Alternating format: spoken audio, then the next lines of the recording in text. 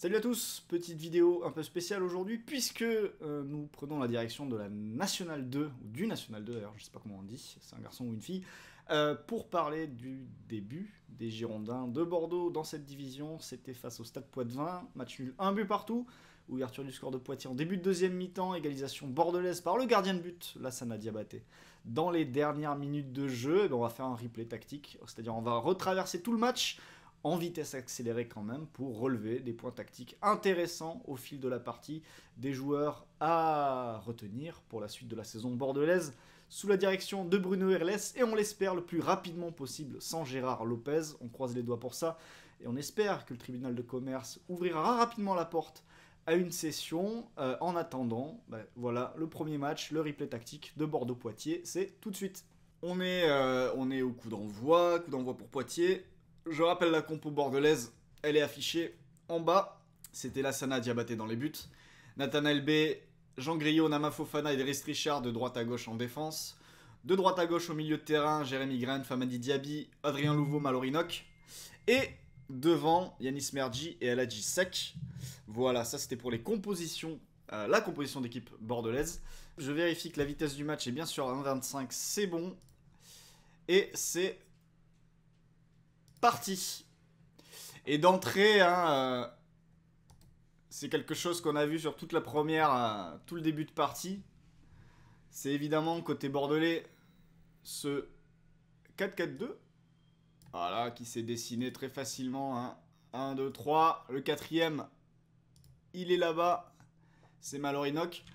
Et côté Poitvin, ce qui était à noter aussi, c'était les positions des 4. Et souvent les positions des latéraux Poitvin qui étaient très très bas. Ici le latéral gauche et là-bas le latéral droit, ils étaient souvent assez bas. Ce qui compliquait un petit peu leur progression évidemment sur le terrain. Bref, on avance assez vite. Voilà, là, vous voyez le latéral gauche, droit qui touche assez bas. Et surtout côté bordelais, on restait bloc médian, on sortait pas trop. Là on va déclencher avec cette passe là. On essaie de sortir ici avec Grain. Mais déjà d'entrée, assez peu de prise de risque de suite, on rentre pas tout de suite dans le match. Là encore latéral gauche, et là, par contre, un vrai danger pour Bordeaux, c'est trouver ce genre de passe là. Alors quand c'est le latéral qui fait la passe vers l'ailier, c'est pas trop dangereux, mais vous allez voir un peu plus loin que ça peut être un peu plus gênant dans d'autres types de situations. Et là, bon, on cherche un jeu long. Le deuxième ballon, il est bordelais, sorti de Lassana Diabaté. Futur buteur, donc, pour ceux qui ont suivi le match. Et donc, la première possession bordelaise en National 2. Et ce qui va nous intéresser d'entrer dans cette possession, c'est ça, ici. Je vous ai dit, il y aurait beaucoup de notes dans les premières minutes et après, ça va se calmer. C'est Nathanaël Bay, donc le latéral droit, qui rentre à l'intérieur, ici, pour aller occuper la position du demi-espace. Quand Jérémy Grain, qui était l'ailier, restait au large. Donc ça, c'est un premier point que Bordeaux va souvent faire sur la première mi-temps et qui était plutôt intéressant, c'est une modulation. Voilà, et là on voit bien la situation, avec Grain en bas, au large, et Nathanaël Bay ici. B ou Bay, je sais pas comment on dit d'ailleurs. Et avec le ballon en possession de Jean Griot, qui va relancer. Et du coup, ça ajoute une solution à l'intérieur, avec Diaby, ici, plus Mergi, qui était un peu plus haut sur le terrain, et qui pouvait aussi évoluer entre les lignes. Et ça, c'est une modulation qu'on a vue côté bordelais, qu'on n'a pas vue côté Poitvin, et qui pourrait être utile à l'avenir pour les Girondins. On va revenir dessus ensuite. On avance. Fixation, ça joue long, vers sec. Et récupération du gardien. Il y a eu pas mal de jeux longs dans les premières minutes, histoire d'aller tester la défense adverse sans trop prendre de risques. Là, on a revu le 4-4-2 bordelais se reformer. Et là, on va voir le type de passe qui peut être ennuyeuse, justement, c'est ce que je vous disais tout à l'heure. On avait les latéraux bas de Poitiers, mais le problème, c'est quand les latéraux de Poitiers jouaient un peu plus haut et réussissaient à s'intercaler un peu plus haut sur le terrain, c'est là que ça pouvait poser problème. Malheureusement, on va pas bien le voir, je crois, sur celle-là. Si, voilà. On a la première passe. qui part d'ici pour arriver par là, on a le latéral en fait qui est monté un cran plus haut, qui s'est intercalé. Et du coup, on est intercalé entre, côté bordelais, le milieu gauche, Malorinok, qui est quelque part, je ne le vois pas, et Driss Trichard, qui est ici.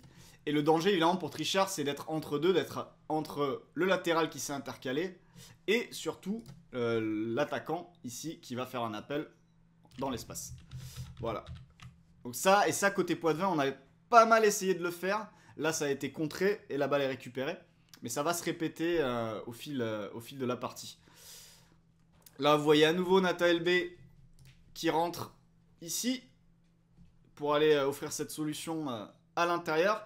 Et là, on a une autre situation où c'est quelque chose qui existait beaucoup côté bordelais. C'était Louveau qui décrochait pour aider à la relance, voire relancer lui-même et former une relance à 3 un petit peu. Et toujours N'Famadi Diaby qui était le milieu qui lui était associé en phase défensive, qui jouait toujours un cran plus haut ici sur le terrain.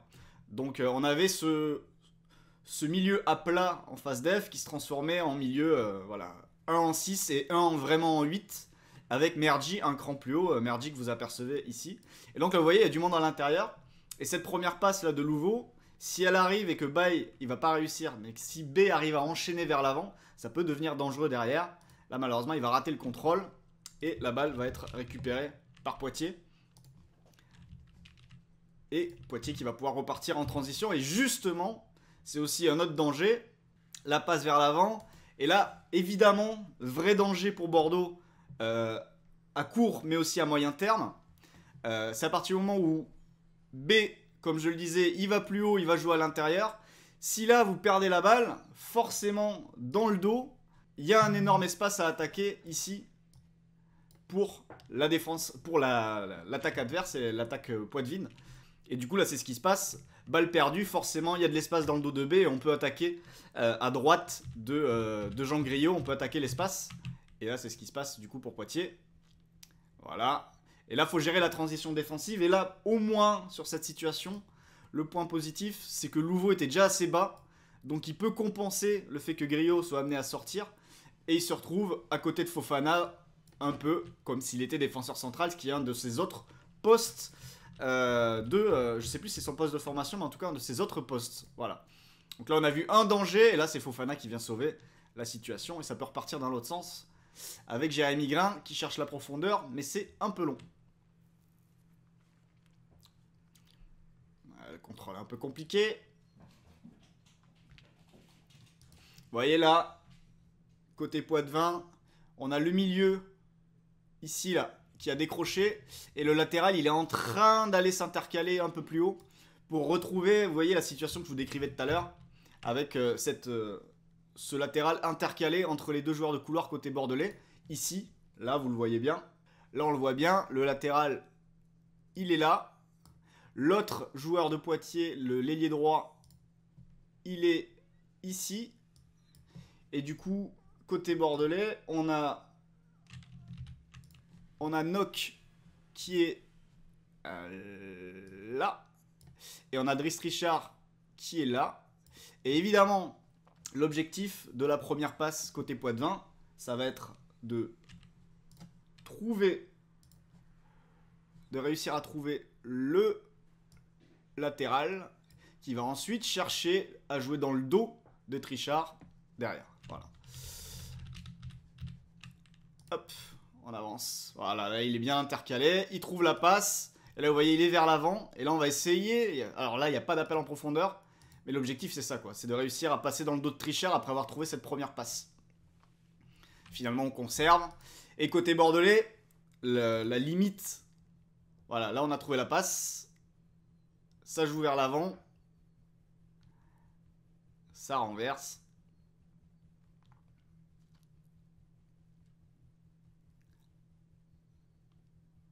À nouveau, on essaye de passer sur le côté. Et là, c'est bien défendu par Trichard. La balle est récupérée. Mais tout de suite perdue. Et ça récupère côté Poitvin. Et on repart. C'est vrai que Poitiers a pas mal tenu le ballon dans les premières minutes. Et voire même dans la première mi-temps. Hop, voilà la bonne passe que je vous disais. On a trouvé. Là, vous voyez l'appel ici. Dans le dos.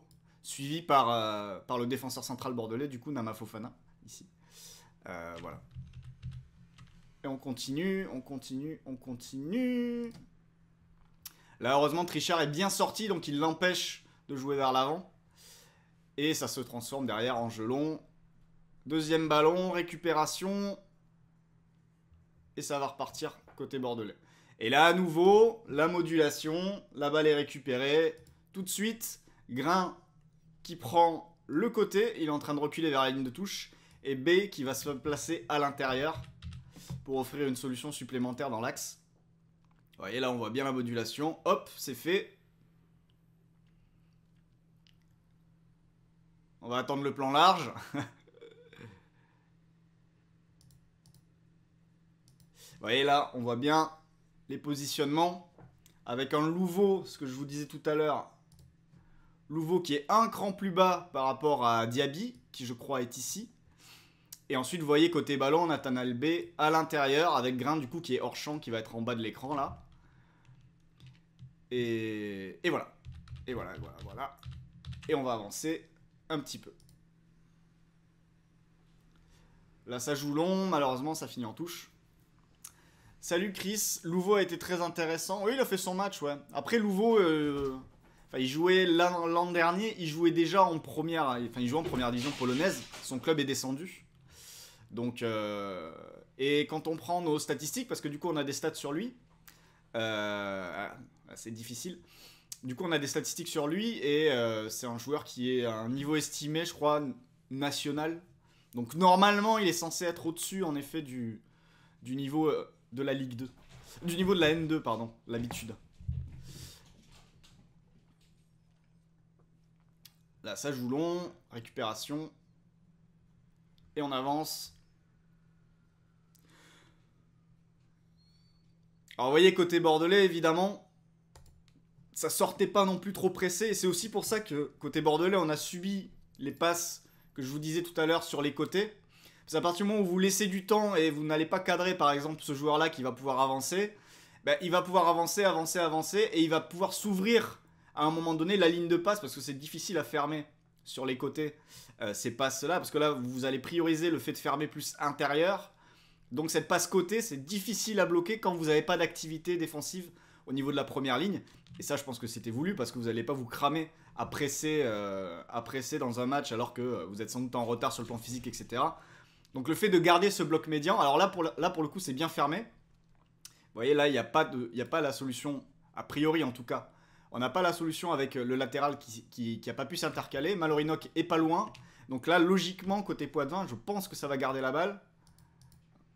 Voilà, ça va peut-être forcer. Non, voilà, on va garder le ballon parce que là, il n'y a pas de solution de progression. C'était plutôt bien fermé. On va les orienter de l'autre côté. Voilà. Là, ça déclenche bien le pressing parce qu'à partir du moment où le latéral adverse est bas, comme ici, bah forcément, si le latéral adverse est bas, lui, là, Jérémy Grain, il a son joueur sur lequel il peut sortir. Donc là, il va déclencher, il va sortir. Allez le chercher. Voilà. Ça revient.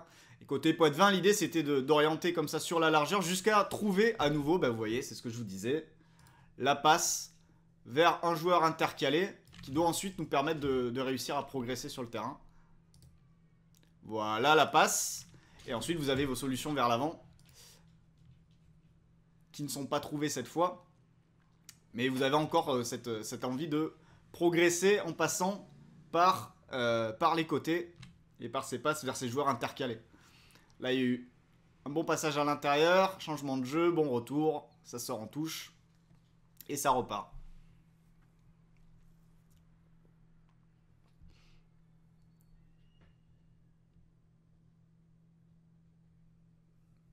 Là on voit Trichard qui a été...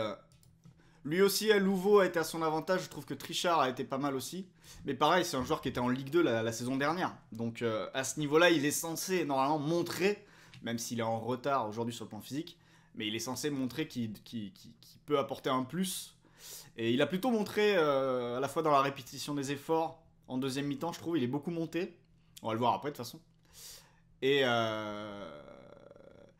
répétition des efforts et agressivité, voilà. Parfois un peu trop, hein, il y a quelques fautes. D'ailleurs, il a été averti.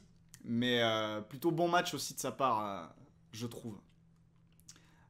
Bon là, on a tout le monde qui est reculé. On n'est pas encore en place, vous voyez, sur la situation off. À nouveau, Nathanael Bay. Je vais pas le dire à chaque fois, hein, mais maintenant vous le voyez, hein, qui rentre à l'intérieur là. Pour offrir une solution supplémentaire. Et du coup là, vous avez une sorte de... deux... Ah, attendez.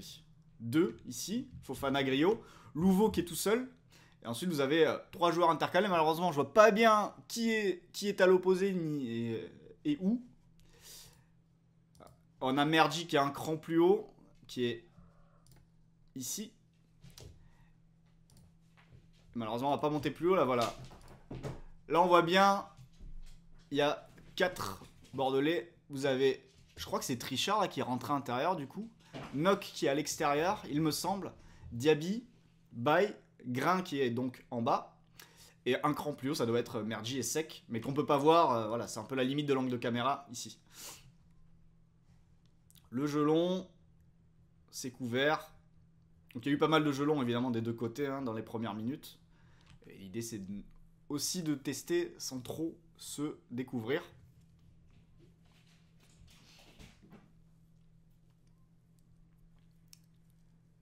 Voilà, ça récupère côté Poitvin.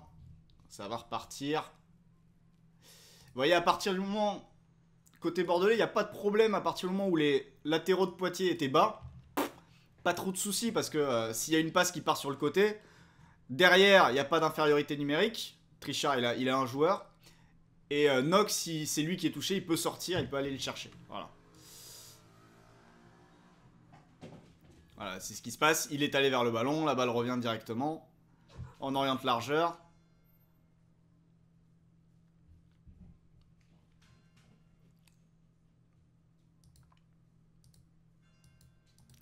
Là, il y a danger.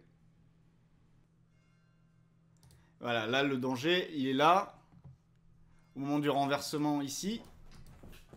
Encore une fois, hein, c'est ce joueur qui vient s'intercaler. Et derrière, on a la défense qui s'ouvre parce qu'on a Fofana qui est embarqué par cette course-là. Et du coup, là, l'intérieur, la ligne de passe qui s'ouvre pour trouver Nilor, qui était au duel avec Griot à ce moment-là. Hop. Mais Griot qui arrive à s'en sortir quand même.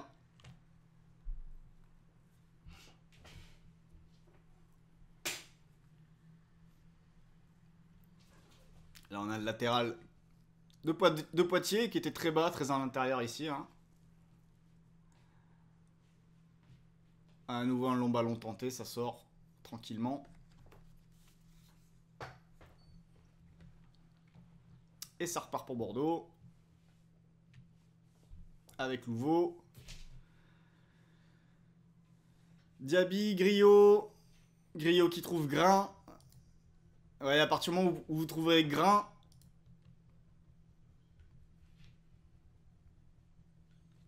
on repart à gauche. Voilà la remise.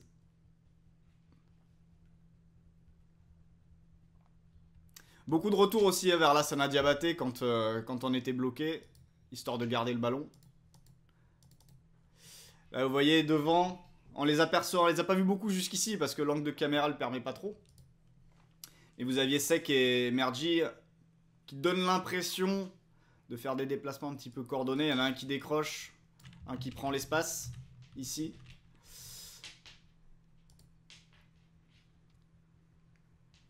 Griot trouve Grain, qui cherche le petit ballon par-dessus.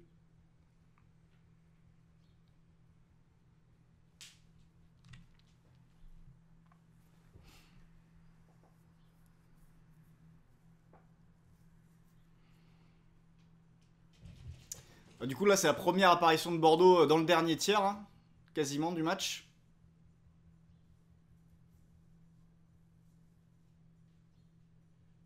Avec Trichard déjà assez haut.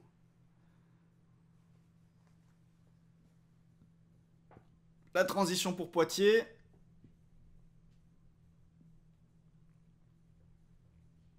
Et intervention de Griot, je crois.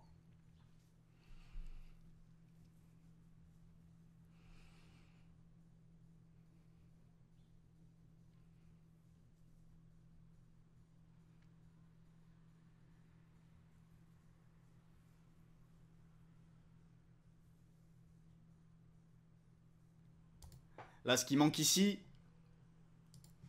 c'est peut-être un appel de B là, qui s'arrête. Alors que la solution, c'est peut-être de faire l'appel ici. Et bon, c'est le début, hein. C'est comme ça.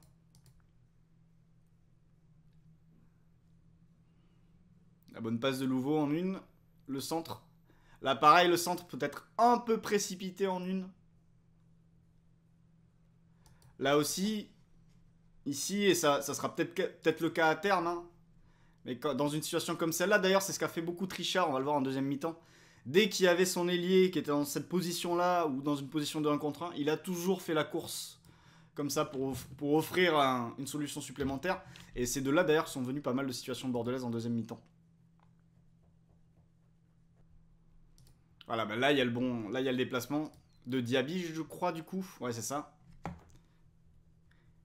Qui est vraiment là, autant Louveau est là pour un petit peu couvrir tout le monde, organiser, etc. Là, on a Diaby et Ramon, ou Ramon sans doute, qui est entré après. Beaucoup plus offensif et beaucoup plus amené à attaquer la surface. Alors, la première passe. Cette fois-ci, c'est défendu. Première mi-temps, on a abusé des ballons longs et centre, je trouve. Pas mal, oui. Pas mal, oui. Mais je pense que c'était aussi d'aller au plus simple, hein. Évidemment.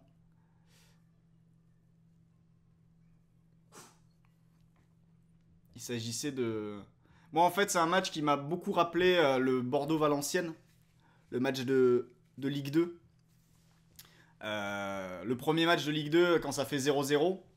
Où t'arrives, tu sais pas trop ce que ça va donner. Alors à l'époque, c'était parce que t'avais beaucoup de jeunes, etc. Pas beaucoup de repères et tout et tout. Et donc tu démarrais un peu dans l'inconnu. Et là, c'est un peu pareil, je trouve. Là, voilà, encore un long ballon. Même si celui-là, il est pas si mal. Et ça fait corner. Mais moi, ça m'a rappelé beaucoup le Bordeaux-Valenciennes. Parce qu'en plus, tu fais face aussi à un adversaire qui savait pas trop ce sur quoi il allait tomber, en fait. Et qui s'est pas trop livré. Et du coup, le 0-0 pendant pas mal de temps, en tout cas à la mi-temps, ça me rappelait totalement ce match. Et après, bonjour Ikish. Et après, bon, le fait que Poitiers marque, ça a un petit peu changé le scénario.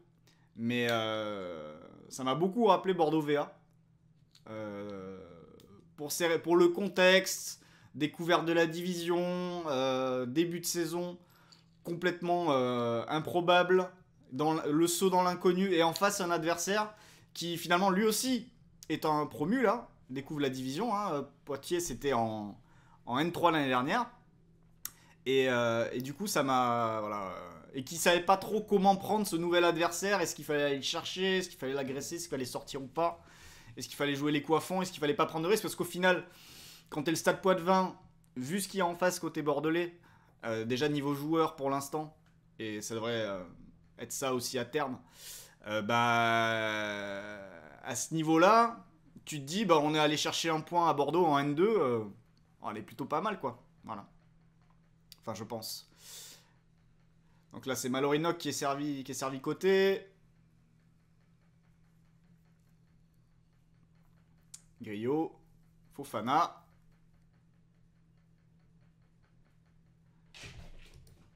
Là, vous voyez, ça essaye de menacer la profondeur ici, là. Je pense que c'est Mergi qui fait cet appel. Et ensuite, comme je vous disais, il y a vraiment du monde à l'intérieur. Diaby, il est beaucoup plus haut que Louveau qui est ici. Là, on a Baye qui est à l'intérieur. Là, c'est sec. Nock, il est rentré à l'intérieur. C'est Drichard qui apporte la largeur. Donc, il y a vraiment du monde devant le ballon pour offrir des solutions à Griot et Fofana. Puisque Griot et Fofana sont les deux seuls joueurs qui sont en couverture et qui forment la première ligne ici. Donc c'est intéressant offensivement, mais ça peut être dangereux évidemment à la perte du ballon si on n'est pas prêt pour la récupérer tout de suite. Là c'est un long ballon, un petit peu trop long. Et encore un appel je pense de Mergi, oui c'est ça, c'est bien lui. On est au quart d'heure de jeu, toujours en x1,25. On va accélérer peut-être après un petit peu.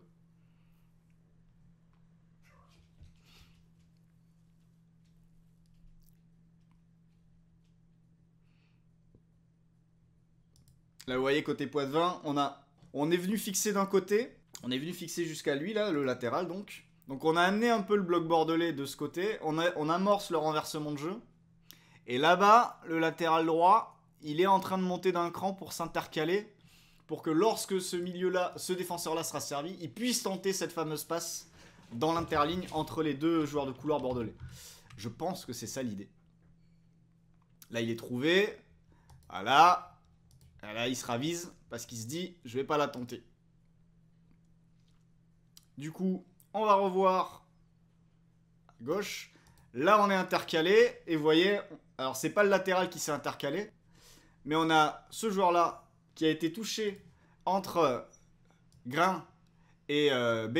Et du coup, il y a tout de suite l'appel devant lui, dans le dos du latéral bordelais. Ici, l'appel en profondeur qui est servi. Griot, la couverture.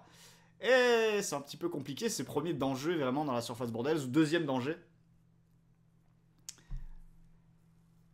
Et à nouveau, c'est le circuit de passe qu'on a vu depuis le début du match. Salut Ekish, pardon, j'étais dans le match. À nouveau la modulation.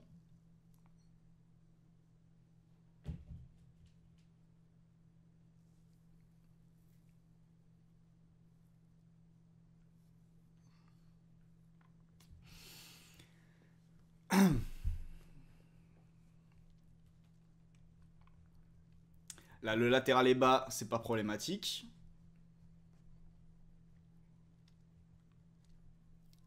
Il avance, cherche la solution. Ah là, il l'a trouvé. On va vers l'avant.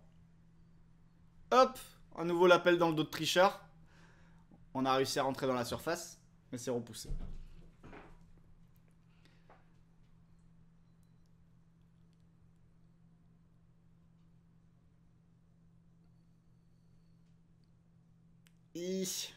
C'est sauvé.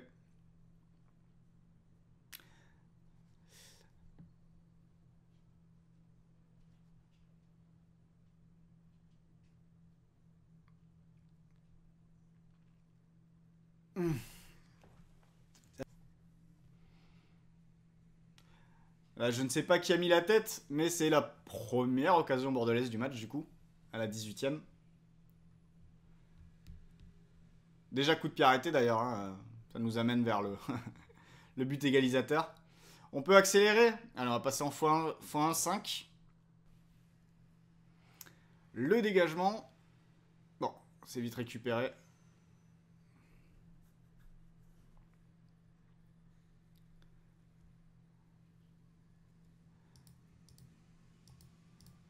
Là vous voyez, pour le coup, le côté, il est fermé. Vous avez Trichard qui est très haut d'ailleurs, à ce moment-là. Je crois. Non, c'est pas Trichard. Ah non, ils ont permuté. C'est Nock du coup est passé à droite. Et c'est Grain qui est là-bas, je crois que je le devine. Trichard est là et Louveau est ici. Voilà. Hop, on avance.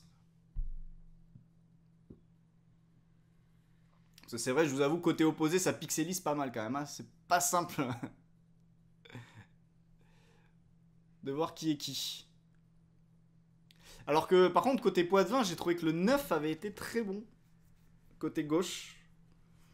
Et j'avais vu que ça avait été un des joueurs de Poitiers, un des meilleurs buteurs de Poitiers la saison dernière en N3. Du coup, ça m'a pas surpris. Il a été pas mal sur son côté, je trouve. À gauche. Je crois que c'est Grégoire son nom, il me semble. Donc le corner pour Poitiers. Diabaté qui, au-delà de son but, malgré sa petite taille, a eu des prises de balles très sûres, je trouve, sur pas mal de situations, notamment celle-là. Et ça rassure pour la suite.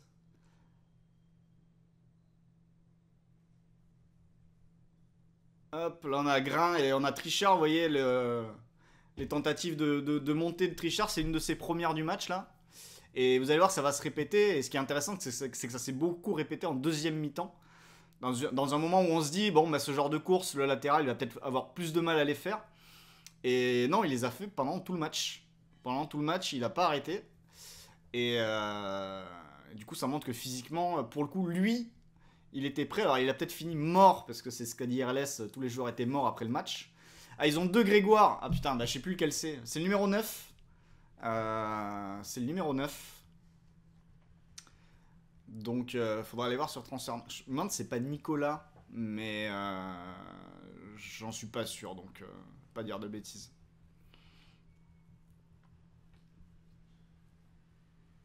Il va peut-être le savoir dans le chat. Alors Louveau pour Griot. Pour Louveau. On envoie à gauche. Là, je sais pas qui c'était.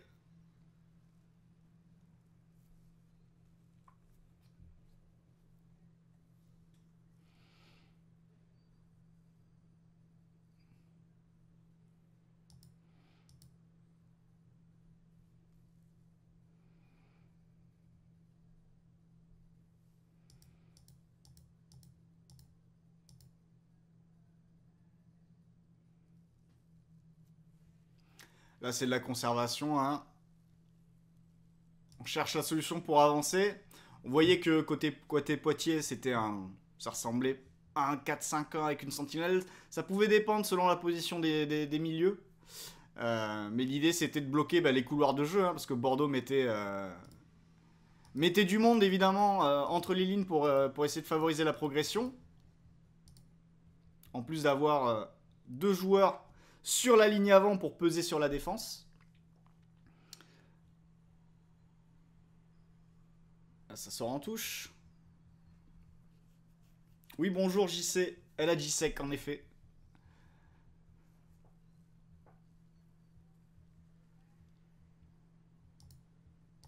Ah, mauvaise passe.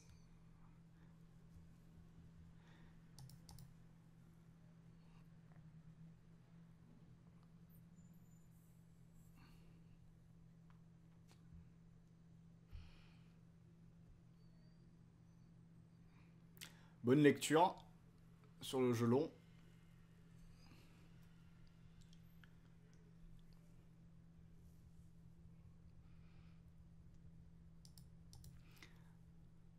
Voilà, Bordeaux tient un peu plus le ballon par rapport au début de match. Hein.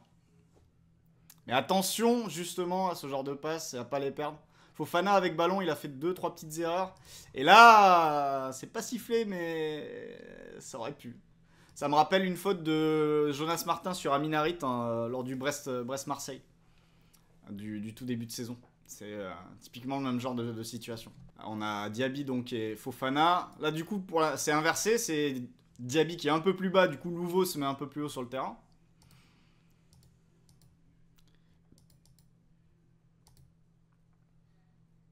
Mais là, c'est vrai que celle-là, elle est plutôt risquée.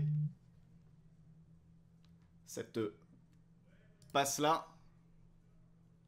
À l'intérieur. Parce que lui, il est déjà dans les starting blocks pour se sortir dessus. Donc oui, c'est ce que je disais, je reprends. Cette passe-là, qui est quand même un peu risquée. Hein. Et là, il est pris. Ça part en transition. Et là, ce que je vous disais tout à l'heure, le danger de la préparation côté bordelais avec seulement... avec une première ligne avec seulement 2 joueurs, c'est que si vous la perdez à ce niveau-là du terrain... vous avez plus que 2 mecs en couverture tout simplement. Et derrière ça peut partir très vite puisque les latéraux bordelais sont très hauts. B et à gauche Trichard. Et du coup là au moment où la balle est perdue, là il y a vraiment danger. Et en plus Poitiers il va en nombre, là ils sentent bien le coup venir. Et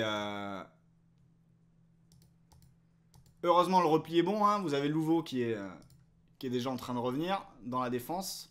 D'ailleurs, je crois que c'est lui qui est limite sur la situation. Vous avez Diaby qui est pas loin. Mais voilà, c'est Louveau qui fait pas faute. C'est pas sifflé, donc il fait pas faute.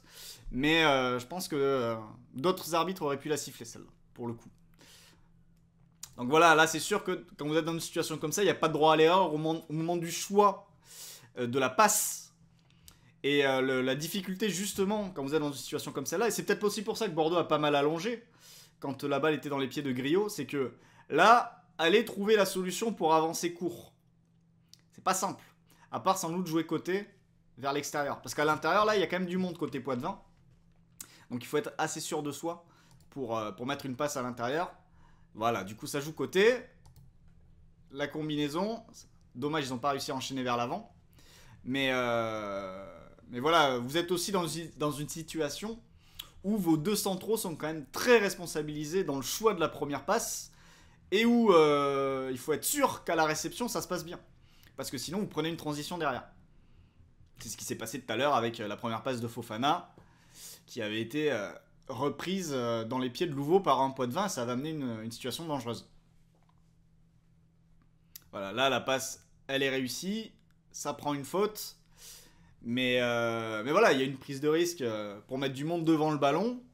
On va pas mal la prendre, mais c'est vrai que en transition, ça peut ouvrir des choses si techniquement les choses ne sont pas bien réalisées derrière. Voilà. Qui a l'air d'être le préposé au coup de pied arrêté d'ailleurs, hein, côté bordelais. C'est récupéré sans trop de soucis. Ça repart pour Poitiers. Alors je rappelle pour ceux qui sont arrivés en cours de route, on est en x1,5. Hein. Regardez le chrono, la seconde passe plus vite que dans la réalité. Donc entre le côté pixel de certaines situations, notamment à l'opposé où c'est difficile de bien voir ce qui se passe, et le x1,5, il y a des choses que je rate peut-être individuellement ou collectivement, mais c'est juste pour avoir un replay d'ensemble et quelques enseignements à tirer de ce premier match. J'espère qu'on en tire pas mal, vous allez me dire dans le chat. J'espère qu'on en tire déjà quelques-uns sympathiques. Et qui serviront peut-être pour la suite. Si le match suivant est diffusé, je ne sais pas encore. Peut-être qu'on le fera à l'occasion. Voilà, encore une prise de balle de Diabaté. Et là, ça la Diabaté, je dois dire, je l'ai découvert il y a quelques semaines, quand je faisais un tour d'horizon des gardiens maliens, justement. Et je l'avais trouvé plutôt bon sur les intérims qu'il avait fait avec Valenciennes. D'ailleurs, pour l'anecdote, il avait gardé les buts de Valenciennes lors d'un Bordeaux-Valenciennes. C'était lui le gardien de but. Et il avait fait quelques arrêts sympas, même si je crois que Bordeaux avait gagné ce match. Et donc là, il était doublure de Jean Louchet à Valenciennes en national. Et de mon point de vue, c'est un gardien qui aurait pu déjà être un numéro 1 en national, je pense, à défaut de Ligue 2. Et donc le fait de le voir en N2, c'est, je pense, une bonne pioche. Je pense que ça sera le numéro 1 cette saison. En tout cas, je l'aurais mauvaise à sa place si j'étais pas numéro 1 cette saison, vu le background, etc. On va voir comment ça va se passer. Après, avec son but marqué, je pense qu'il a marqué déjà beaucoup de points pour sa première. Voilà pour Diabaté. Après, moi, le problème pour lui, c'est que là, il y a un bon mouvement. Avec appui remise. Alors, j'ai pas vu qui a fait la remise. C'est peut-être Sec. Je pense que c'est Sec. Et là, la balle est perdue. Transition pour Poitiers. Récupération. Et donc, ouais, ce que je disais sur Diabaté, c'était que... je pense que ça va être le numéro 1 cette saison. En tout cas, de ce que j'ai vu en Ligue 2, j'aime bien le profil. Et je pense qu'il lui manque, malheureusement pour lui, quelques centimètres pour être vraiment un gardien qui serait vu sérieusement pour aller plus haut. Parce qu'à 1m83 aujourd'hui, gardien de but, c'est compliqué de se faire une place. Hein, on va pas se le cacher, dans les premières divisions. Et d'ailleurs, est-ce que vous avez un gardien de 1m83 en tête qui est au haut niveau aujourd'hui en Ligue 1? Il y avait Anthony Lopez qui est pas hyper grand. Et donc il a perdu sa place cette année. Profil de Lucas Perry à Lyon. Mais j'en vois pas d'autres récemment, quoi. Après vous aviez les anciens, vous avez Jérémy Janot, etc. Mais ça commence à dater. Fabien Barthez n'était pas si grand que ça aussi. Hein. Mais on a vraiment changé le morphotype des gardiens de but. Ouais, Mpassia, Rodez, c'est vrai. Gardien de la RDC, je crois. Si mes souvenirs sont bons. Sommer, il est grand, Sommer. Il est pas grand, Sommer. Hop, le joueur intercalé. Et là, la faute de Trichard. C'est ça après qui est important. Ouais, Larsonneur, c'est vrai, Saint-Etienne. Ok, je le pensais plus grand, Sommer. Il fait plus grand, du coup, on va dire. Bon, là, vous voyez, comme je vous l'annonciais, comme je vous le promettiez même, pour pas en faire trop, ouais, voilà, Barthez, c'était ça, juste 1m80, ouais.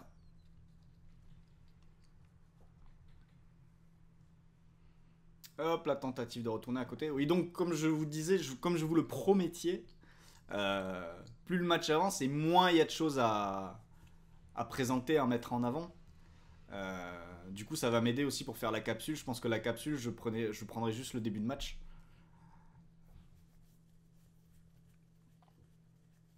La capsule vidéo du replay. Ouais, je me rappelle de Mpassi, ouais. Mais oui, avant, ouais, il y avait des morphotypes différents de gardien de but. Là, maintenant, on est très... c'est 1m90 minimum, une envergure d'Albatros. Et, et voilà, quoi. On va pouvoir peut-être accélérer encore un petit peu. Qu'est-ce que vous en dites? Sur la fin de première mi-temps.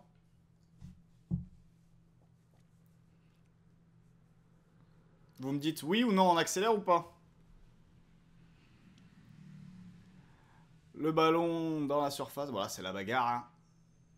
Voilà, ça passe à côté.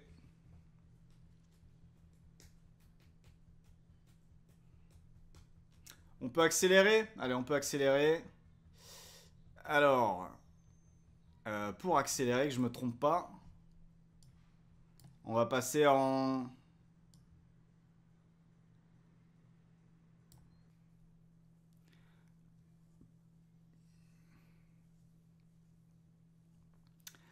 La possession pour Poitiers, à nouveau.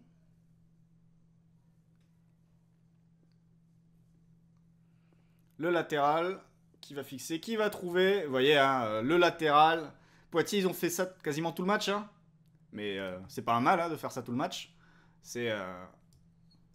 on trouve un joueur intercalé ici. On joue dans le dos ici. Et on force le central bordelais à coulisser pour essayer d'ouvrir un espace. Voilà. Alors là, je sais plus ce qui se passe sur le duel. C'est couvert, je pense. Ouais, c'est couvert par Griot, qui met en touche. Mais c'était le circuit côté Poitvin pour essayer de contourner. J'imagine que c'est quelque chose qu'on va voir de pas mal d'équipes. Ça permet d'éviter de passer par la densité et de perdre des ballons dans l'axe, évidemment.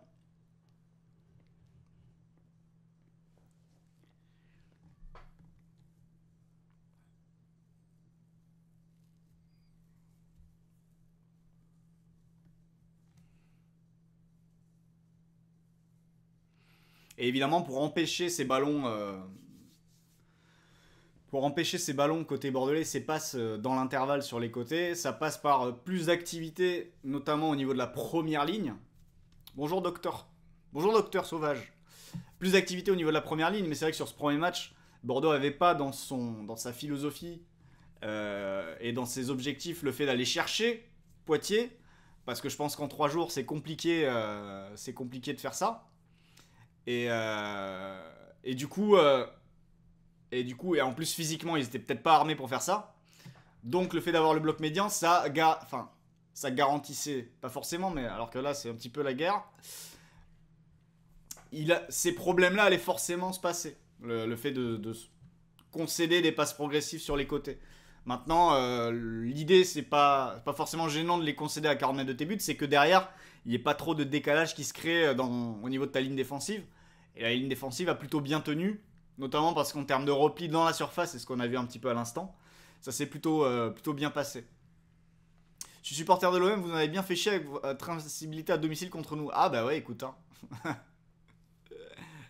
Mais là, tu vas pas me faire croire qu'on te manque pas.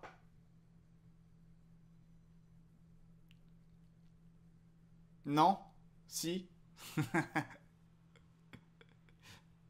Je pense qu'on vous manque en vrai. Même si vous l'avez eu finalement cette invincibilité avant que le club descende. Mais bon, vous l'avez eu, je crois, dans un stade qui était à huis clos. Elle compte pas celle-là. Elle compte pas. En plus, vous l'avez jamais eu à l'Escure, donc pas dire, mais... Ah ben voilà, oui, comme Saint-Etienne et Nantes, en effet. Là, il y a eu un bon mouvement. Malheureusement, j'ai pas vu d'où il était parti. Et puis, on va pas revenir en arrière. On va avancer. Et bon, ça se passe côté gauche. Et il y a beaucoup de bons mouvements bordelais tout au long du match qui sont quand même passés côté gauche. Ça, c'est quelque chose. Reabol versus Deserbibol, on nous a enlevé quelque chose d'historique. Oui. Bon, je pense que ça aurait tourné d'un côté quand même particulier. Mais et oui, c'est vrai que vous avez failli avoir Gérard Lopez, en effet. Et c'est Margarita qui a mis son veto à la fin, non? C'est ça l'histoire, il me semble. C'est que... Oui, j'ai vu que Riera, Canet était qualifié, ouais. Ils ont renversé au match retour, je crois, parce qu'à l'aller, ils étaient mal partis. Ah ouais, ce que je vous disais sur l'apport de Trichard. Là, par exemple, bah, c'est lui, je pense, qui dédouble et qui vient centrer. Et voilà, dès que Nock se retrouve en fixation, toujours vous aviez une course de Trichard pour essayer d'apporter un dédoublement, une solution supplémentaire. Et là, sur la transition def, on est présent côté bordelais et on assure la couverture. Ça s'est joué à rien, on avait failli aussi avoir Kashkar à notre escroc, c'est vrai. Vous avez failli avoir Jacques Kashkar aussi. C'est vrai que vous avez évité... non, là, c'est Division 4, celle-là. C'est N2. National 2. La réserve est en National 3 et Bordeaux est en National 2. Voilà. C'est très bizarre. La réserve est une division en dessous de l'équipe Fagnon, de l'équipe principale. Mais oui. Ouais, un bon mouvement entre Louveau et Trichard. Ben voilà. Encore une fois, Trichard sur le côté gauche. Hein. On arrive à la mi-temps, là. Tranquillement. Oui, Mavouba et Bass ont joué 90 minutes avec la réserve. Ouais, Aubagne est devant nous, ouais. C'est vrai. C'est vrai. Mavouba et Bass, oui, 90 minutes avec la réserve, en effet. Réserve qui a perdu 1-0 à Colomiers. Ou réserve, il y avait des joueurs, on m'a dit hier soir, de 16 ans, je crois, dans l'équipe. Des U17. Qui étaient titulaires. Il y en avait un de 16 ans titulaire, je crois, et deux de 17. Faudrait que je retrouve le message qu'on m'a envoyé sur le sujet hier. Je crois que c'était ça. Bon, on arrive bientôt tranquillement à la mi-temps.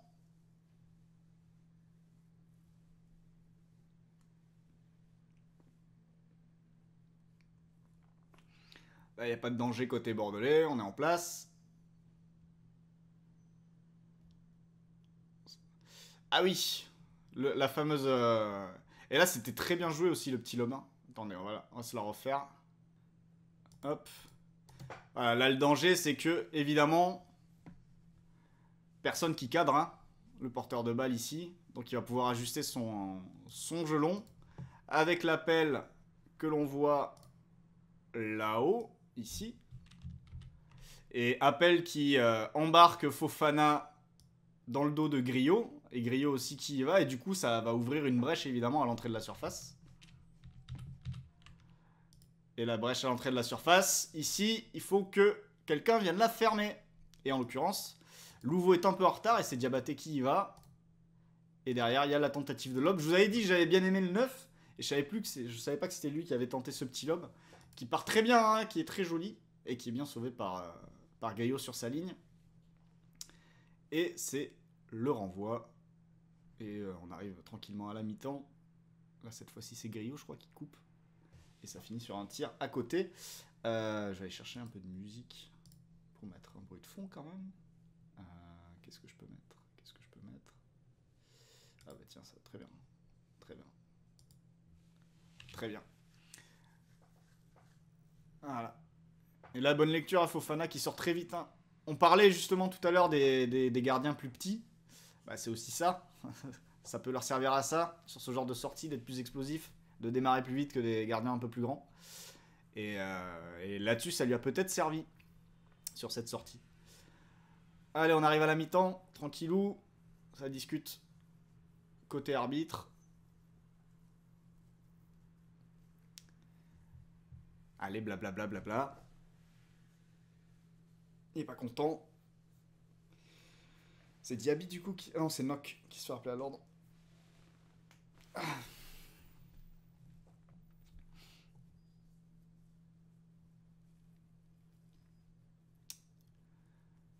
C'est renvoyé. Allez, deuxième mi-temps, on va pouvoir passer, on va accélérer un peu, on va passer à fois 1,75.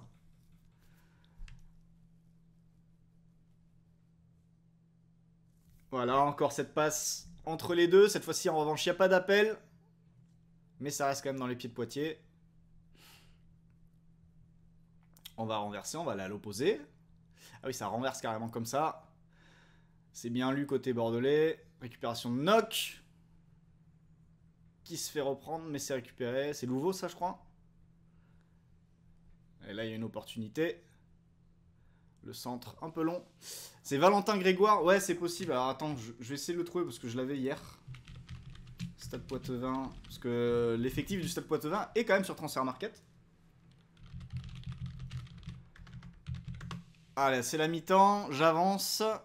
Tac, on y est. Alors, juste avant, pour trouver le nom du joueur de Poitiers, c'est Clément Grégoire, a priori.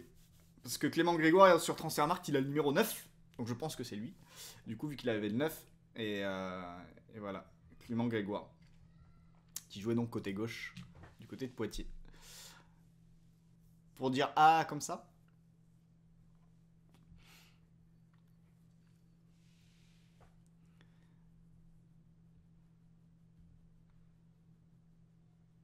Hop. Décalage. Hors jeu. Malorinoc là-dessus.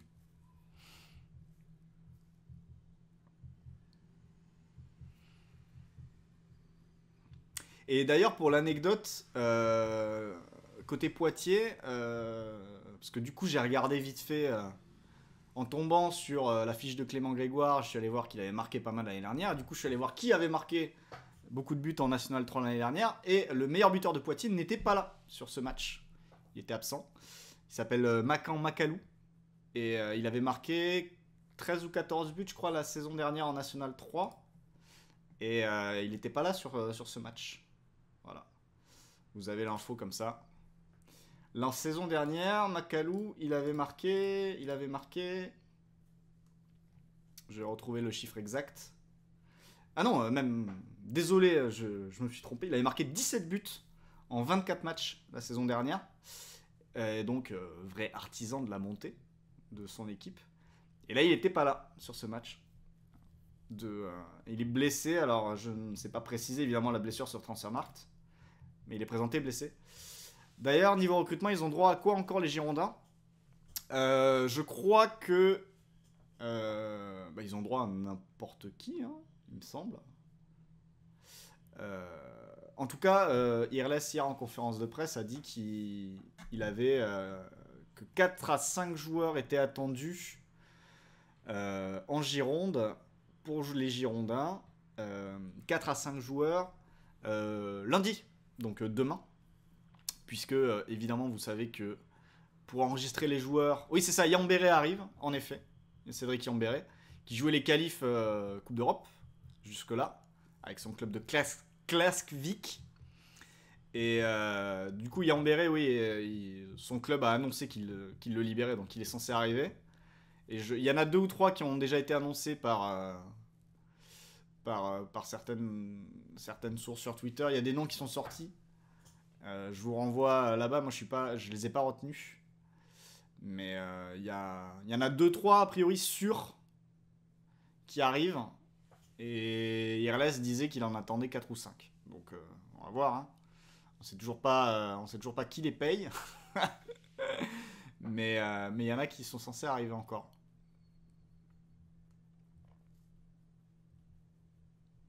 Je crois que c'est là on est sur l'action qui nous amène le but de Poitiers. Où là, il y a un bon travail quand même du 10. Et voilà, et Nilor qui pilote le recrutement. John Williams. Oui, absolument. Oui, a priori, c'est John Williams. On a la montée. Hein, c'est une des rares montées hein, quand même hein, des côté Poitevin du latéral. Hein, là-dessus. C'est rare quand il s'aventurait aussi haut. Ça va combiner. Et bon travail quand même. Là, vous voyez, ils sont à 3 pour 2. Ça tourne quand même à l'avantage. Ici, il arrive à centrer. Il envoie un très bon centre, je trouve. Et après, dans la surface, ils sont aussi en supériorité numérique. Mais ça tourne à l'avantage des Poitevins avec le tir de Nilor qui ouvre le score. Tire fort à ras de terre. Ça fait but, ça fait 1-0 pour Poitiers à ce moment-là. J'ai trouvé la charnière satisfaisante hier, j'ai du mal à me représenter le niveau actuel de Yambéré, mais la place de Titu sera pas gratos. Non, après Yambéré, il peut aussi rentrer au milieu, devant la défense. Tu peux aussi imaginer une défense à 3, peut-être à terme. Parce qu'un mec comme Louveau peut aussi rentrer dans la défense. Donc, c'est bien d'avoir de la rotation. Je pense que Yambéré arrive et peut passer devant Fofana. Mais oui, ça sera pas gratuit. Et a priori, il y a quelque chose d'assez mouvant qu'ils veulent mettre en place entre les deux équipes, entre M2 et M3. Donc, on va voir hein, comment ça va se passer. Hein. Mais oui, Docteur Sauvage, tout le monde va essayer de taper Bordeaux, évidemment. C'est sûr. Donc, sachant que dans le groupe, ça a donné quoi dans le groupe? Tenez, attendez. Donc là, bon, Bordeaux est mené. Là, ça va courir après le score. Et on va voir s'il y a des choses à raconter. Mais dans le groupe hier... Alors, attendez. Stade Poitvin. National 2, groupe B.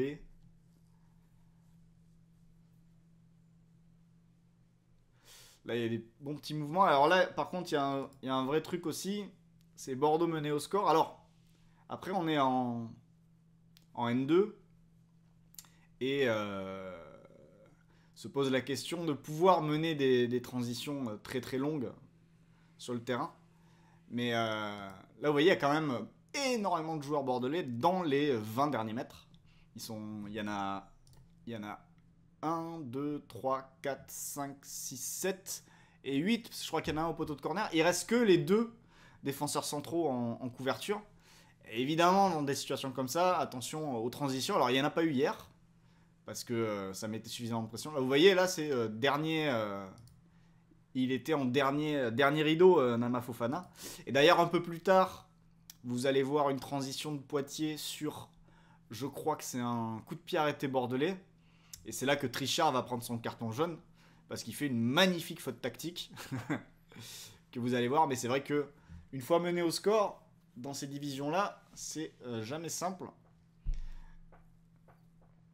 Enfin, dans ces divisions-là, n'importe où, hein, mais voilà, encore Trichard, on l'a pas vu parce que c'était côté opposé, mais très très agressif toujours pour sortir dans le dos et réduire l'espace et aller cadrer son vis-à-vis. Donc ça, c'est intéressant. Mergi qui sort.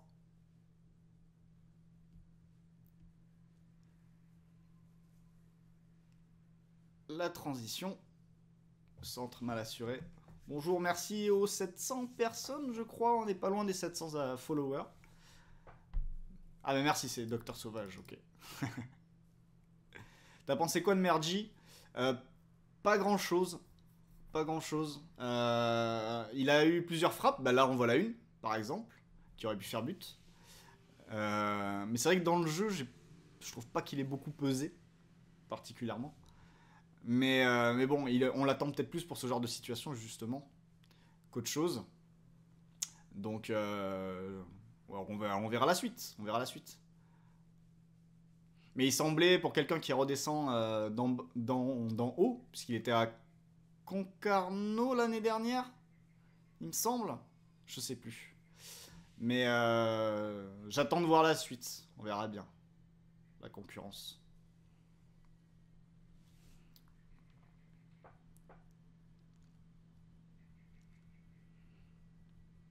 L'OM, c'est n'importe quoi aussi. Chaque année, t'as 11 nouveaux joueurs, ça n'a plus aucun sens. C'est vrai. C'est vrai. Après, là, il va y avoir la réintégration forcée des lofters, du coup. À moyen terme. On va voir comment ça va se passer, ça aussi. Même s'il y a Verretou qui va peut-être partir, c'est ça? Il va peut-être partir à Lyon, j'avais aperçu.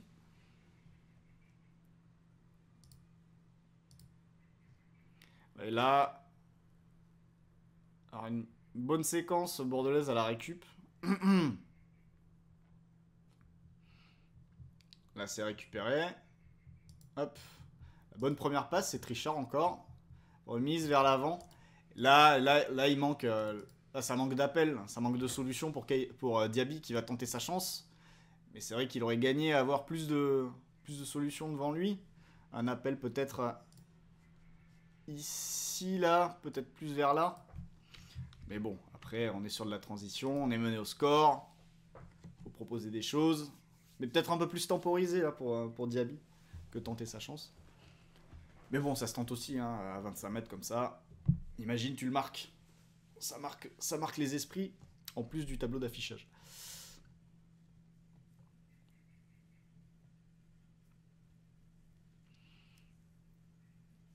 Comment le syndicat des joueurs peut accepter la banalisation de ce genre de loft?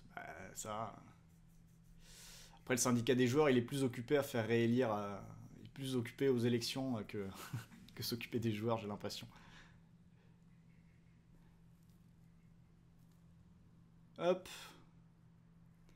Et là, vous voyez, moi, à ce moment-là du match, je me disais, bon, t'es mené au score, t'es en retard, sans doute, dans ta préparation sur le plan physique, etc. Il commence à faire tourner derrière. Je me dis, ça va être très très dur et ça risque d'être long, la fin de match. Puis finalement, bon, ils ont réussi à revenir. Et je trouve que physiquement, Bordeaux a pas trop mal fini le match. Alors après, les joueurs étaient tous cramés, paraît-il. C'est ce qu'a dit Herles.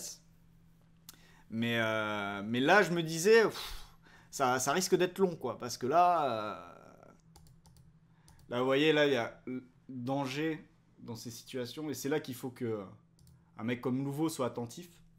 Là, on est passé dans le dos de Trichard. Du coup, Fofana a coulissé. Et là, la clé ici, c'est de réussir à fermer cet énorme intervalle quand même. Donc, il faut que Trichard, évidemment, réagisse par rapport à son joueur, qui lui a bien vu cet intervalle-là pour l'attaquer. Et après, c'est aussi le travail de Louveau d'être en surveillance de cet intervalle pour venir le fermer, peut-être anticiper un peu plus. Alors là, je sais plus comment ça se passe sur la suite de l'action. Mais voilà, c'est bien fermé par Fofana qui enferme le joueur. Du coup, il n'y a pas de danger. Mais ce type de situation-là, c'est des choses qui peuvent arriver, notamment dans un 4-4-2. D'où l'importance d'être resserré. Et ce qui est très important dans un 4-4-2, c'est d'être compact. Pour que dès qu'il y a un déplacement, que les joueurs soient très proches les uns des autres pour pouvoir compenser. Et là, je vous renvoie vers les grands 4-4-2 de l'histoire qui sont toujours des modèles de compacité en général. Voilà. Et vous voyez, côté Poitvin, on a du monde derrière le ballon, là on fait tourner. Et là, vraiment, tu te dis, bon, sachant que t'es pas allé les chercher depuis le début du match, t'es pas allé les presser, ça va quand même pas être simple. Alors là, ça essaye de sortir un petit peu.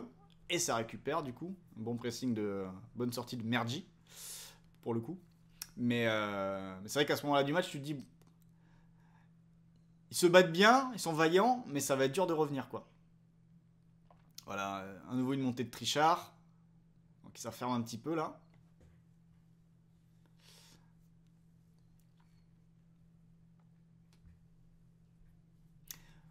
Allez, on arrive à l'heure de jeu, on va peut-être accélérer encore un coup. En 1,75. Ah, c'est Malorinoc.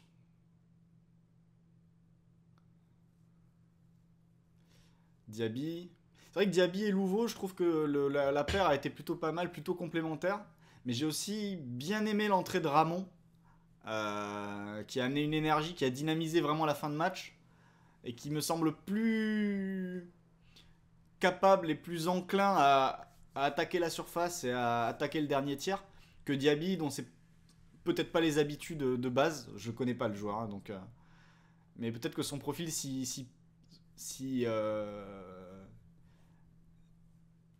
j'ai perdu le mot. Mais voilà, j'ai trouvé Ramon plus à l'aise. Là, bon pressing. Finalement, c'est récupéré. Il y avait hors-jeu, je crois. Non, il n'y avait pas hors-jeu. Il la garde.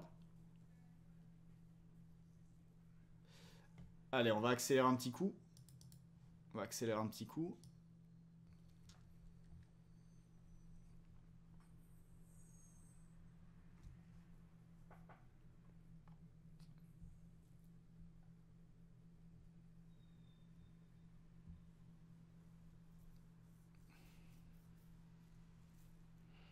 Et là, du coup, ça va être un point, évidemment, de progression à terme quand l'équipe sera prête physiquement. Ça sera d'être en mesure d'aller chercher un peu plus haut les adversaires. En sortant de ce bloc médian, par exemple. Et petit à petit, c'est ce que fait pas trop mal Bordeaux là sur la fin. Mais il y a évidemment une marge de travail et de progression dans ce domaine-là. Bon, qui est dur à décortiquer là parce qu'on est quand même proche terrain et on voit pas bien toutes les distances. Mais c'est vrai qu'à droite, par exemple, du côté de Grain, quand ça sortait parfois d'un peu loin et du coup le latéral. Ah ben voilà la transition où je disais la faute tactique de Trichard qui est belle. Mais là, il fallait probablement la faire parce que ça partait quand même plutôt bien. Et ce qui est dommage, c'est que ça part d'un coup de pied arrêté qui est en faveur de Bordeaux. Mais là, ça partait quand même pas mal.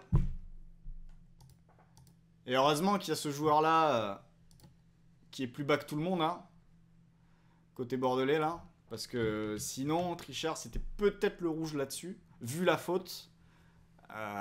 Et certains auraient peut-être même sorti le rouge malgré ce joueur en couverture. C'était belle faute tactique, hein, on va pas se le cacher pour le coup. Le bénéfice-risque a tourné à l'avantage du Bordelais, je trouve, sur celle-là.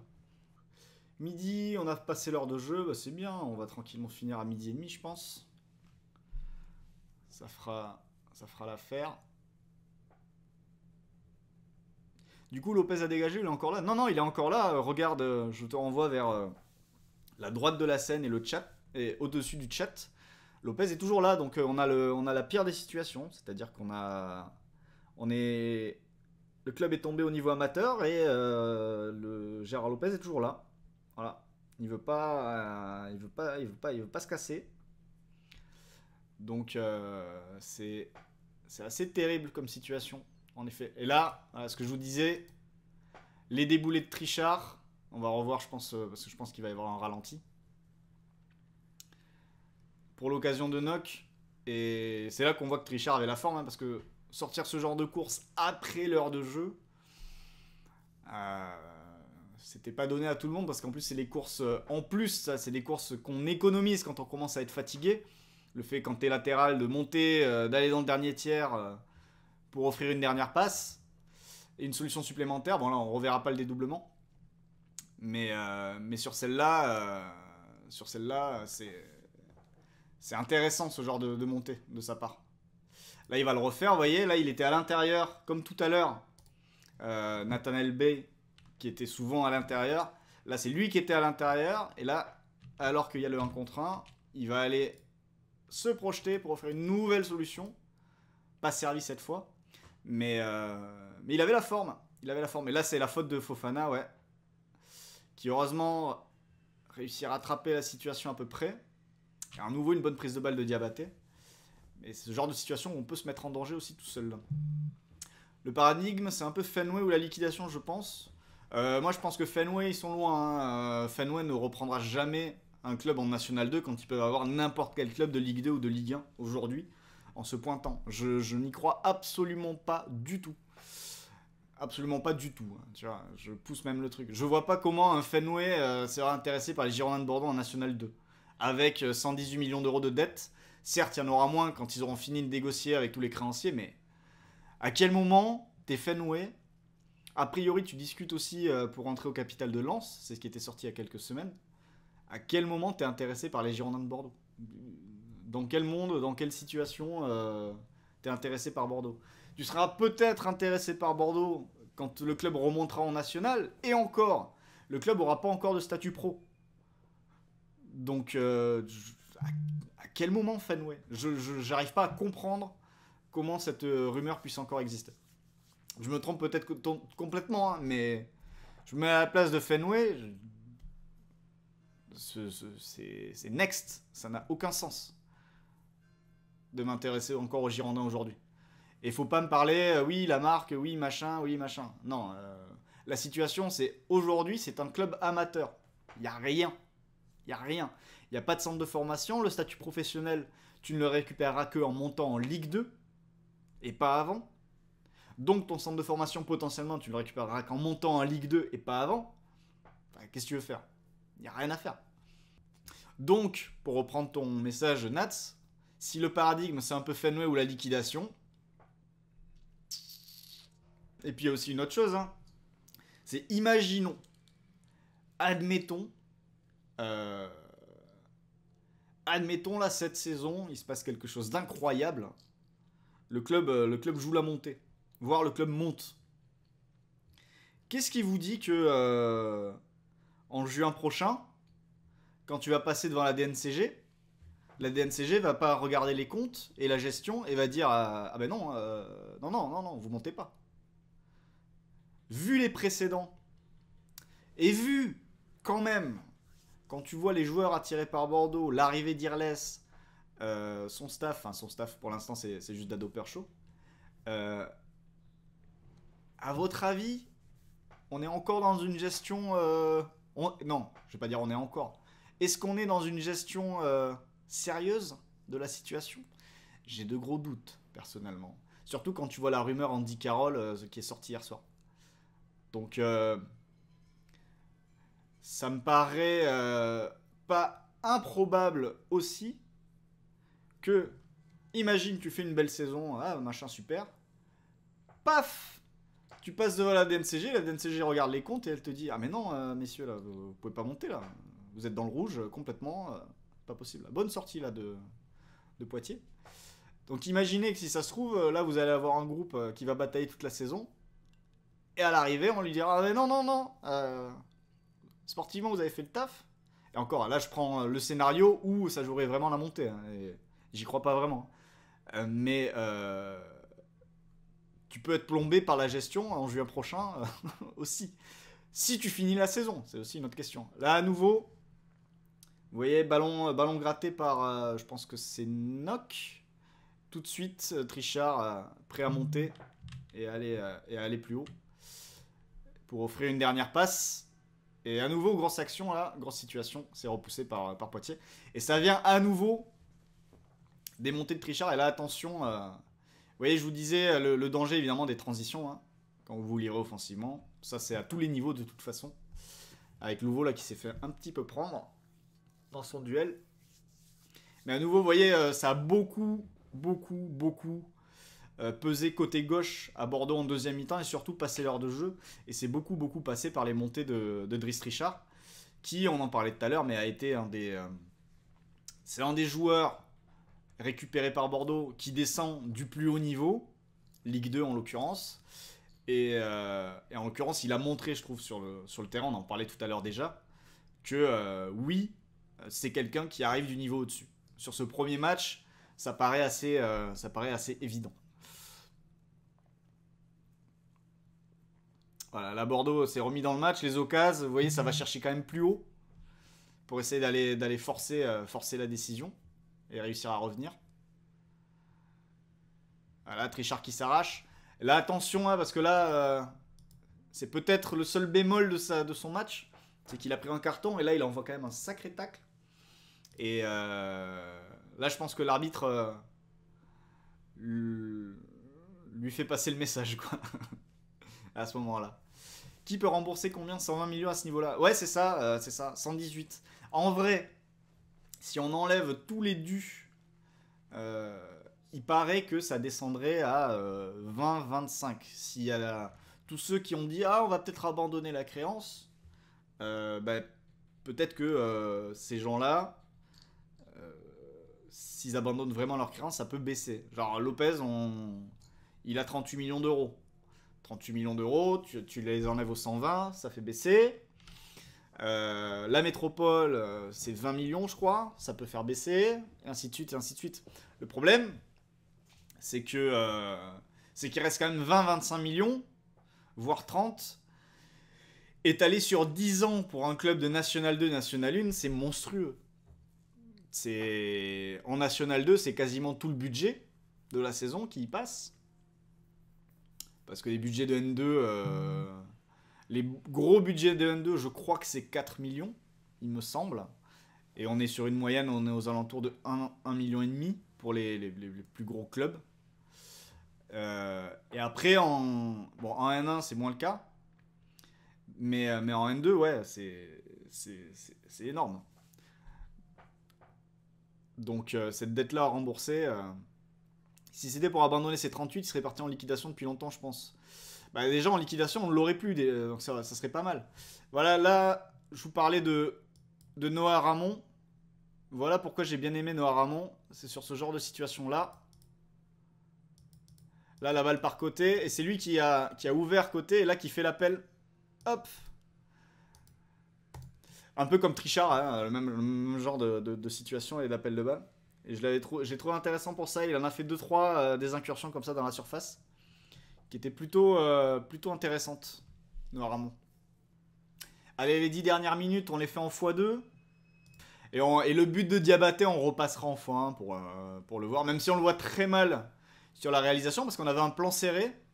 Et en fait, on a vraiment un plan serré sur la tête de Diabaté qui devance la... Notons-le quand même, sortie ratée du gardien de Poitiers. Parce que je pense que si le gardien de Poitiers reste dans ses buts, je suis pas sûr qu'il soit inquiété par la tête.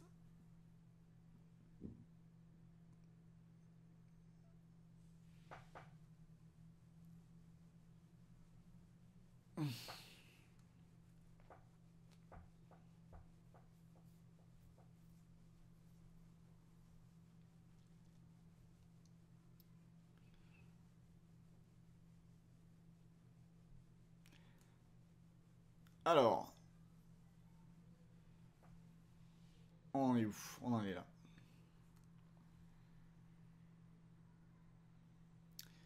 Ouais, là, encore, hein, il y a eu Gelon de Louveau, deuxième ballon.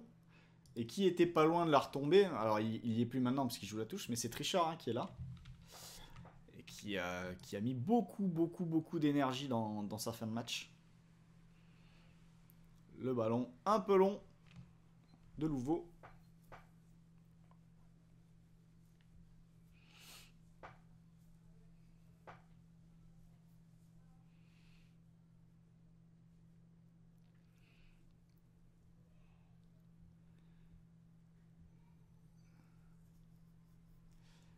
Ça sort en touche.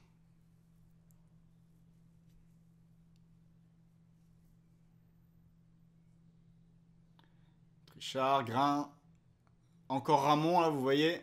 C'est lui, hein, c'est lui qui a fait toute l'action, là, hein, encore. A demandé le ballon. Passer va. Et ainsi de suite. Et vraiment, entrée très intéressante de sa part, je trouve, sur cette fin de match. Coup franc, ça passe loin. Donc, vous pensez quoi de ce petit replay là? Trichard, c'est un des rares qui a pas plongé en seconde malgré ses courses. Ouais, il a été bien. Et surtout, il a mieux fini que les autres, quoi. Donc, c'est intéressant quand même de voir que un joueur comme lui qui descend de Ligue 2, sur le premier match, tu vois qu'il est quand même un cran au-dessus des autres. Alors, pas forcément de tous, mais moi, de mon point de vue, c'est quand même un des joueurs du match côté bordelais. Je pense que c'est le meilleur bordelais du match. Parce qu'il y a eu de l'impact dans toutes les situations, même si, on revient sur ce qu'on disait sur la limite, la limite, c'était qu'il aurait peut-être pu prendre un rouge à un moment donné, avec son deuxième gros tacle. Ça a été un des plus impactants, voilà, on va dire, pour schématiser, dans tous les sens du terme, au final. Sur les tibias adverses, dans le dernier tiers adverse, capitaine en plus. En tout cas, Irles a bien senti le moment capitaine parce qu'il. Alors bon, il rate une passe, il suffit de dire ça. Ouais, il suffit de saucer un joueur pour qu'il rate 2 trucs d'affilée. Mais ouais, non, très bon match de sa part, je trouve. Et là, ça sort de justesse, heureusement d'ailleurs. Le petit Ramon qui est descendu très bas pour toucher le ballon. Il était cuit sur la fin, ouais. Ah ouais, non, mais il a... Je pense que, vous voyez, en conférence de presse, Irles a dit que ses joueurs étaient morts après le match, et du coup il était assez content de ça. Ça veut dire, parce que ça voulait dire qu'ils avaient tout donné, etc. etc. Et c'est vrai que je pense que Trichard, à mon avis, à la fin du match, symbolisait assez bien ce que voulait dire Irles. Parce qu'à mon avis, ouais, même aujourd'hui, il doit le sentir passer ce match, je pense.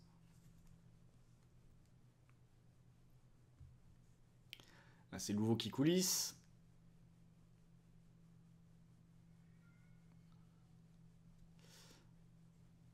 À 89e, on y arrive presque. Et Matolisso, t'étais devant le match. Tu t'es infligé ça. Tu veux voir le futur. C'est ça l'idée. Non, je pense que ça vous arrivera pas quand même. Mais bon. Attention, hein, c'est pas... Tant qu'il n'y a pas un premier club de la Galaxy Tech Store qui va tomber, je pense qu'on peut se dire, bon, ça n'arrivera pas. Mais...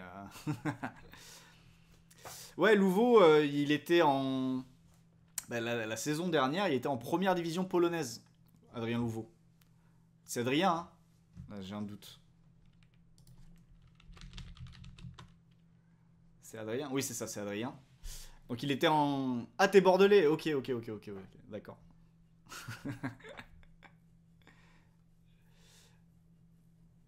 Ah bah oui, du coup, t'as été aux premières loges pour le rassemblement hier, etc. J'imagine que tu les as eu passer. Mais... Mais d'accord, ok.